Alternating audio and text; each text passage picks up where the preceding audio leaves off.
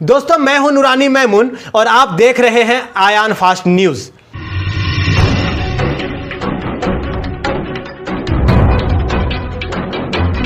दोस्तों, भारत ने पहलगाम हमले के बाद ऑपरेशन सिंदूर लॉन्च किया और इस ऑपरेशन सिंदूर की जो मुख्य भूमिका रही, अगर कोई रही है तो वो थी कर्नल सोफिया कुरैशी।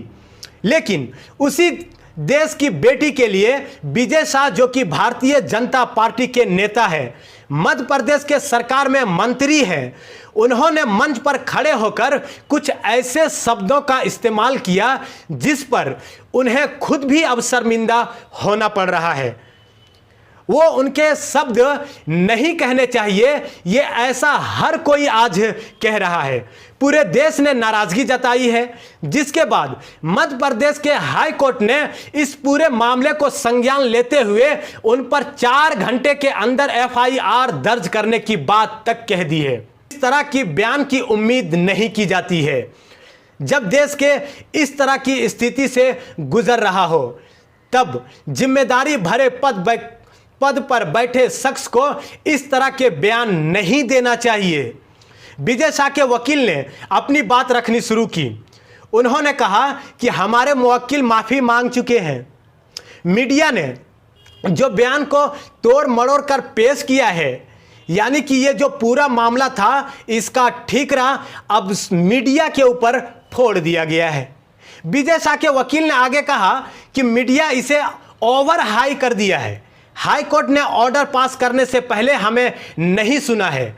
विजय शाह के वकील की दलीलें सुनने के बाद सीजेआई बीआर गवई ने साफ शब्दों में कहा कि आप हाई कोर्ट के सामने क्यों नहीं गए, हम कल इस मामले पर सुनवाई करेंगे।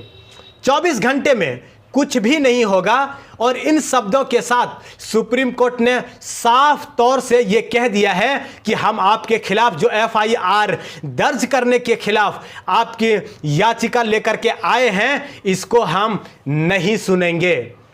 यह पूरी तरह से गलत है।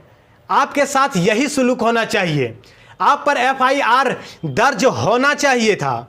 हाई कोर्ट जो कार्रवाई कर रहा है वो एक तरह से ठीक ही कर रहा है, यानी कि आप इस तरह की बात नहीं कर सकते हैं। यह साफ तौर पर सुप्रीम कोर्ट ने विजय शाह को कह दिया है।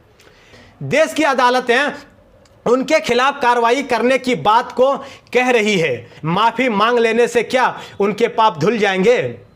क्या संवैधानिक पद पर बैठे हुए एक शख्स से यह उम्मीद की जाती है कि वो ऐसे बयान, जिनके लाखों फॉलोअर्स हैं, वो नेता ऐसे ही तो नहीं बन गए, उनकी फैन फॉलोइंग ज़बरदस्त रही होगी, वो कैबिनेट में मंत्री तो ऐसे नहीं बन गए, उनकी पकड़ रही होगी भारतीय जनता पार्टी में। और क्या यही वजह है कि भारतीय जनता पार्टी उन पर कोई भी एक्शन, किसी तरह का एक्शन लेने से कतरा रही है?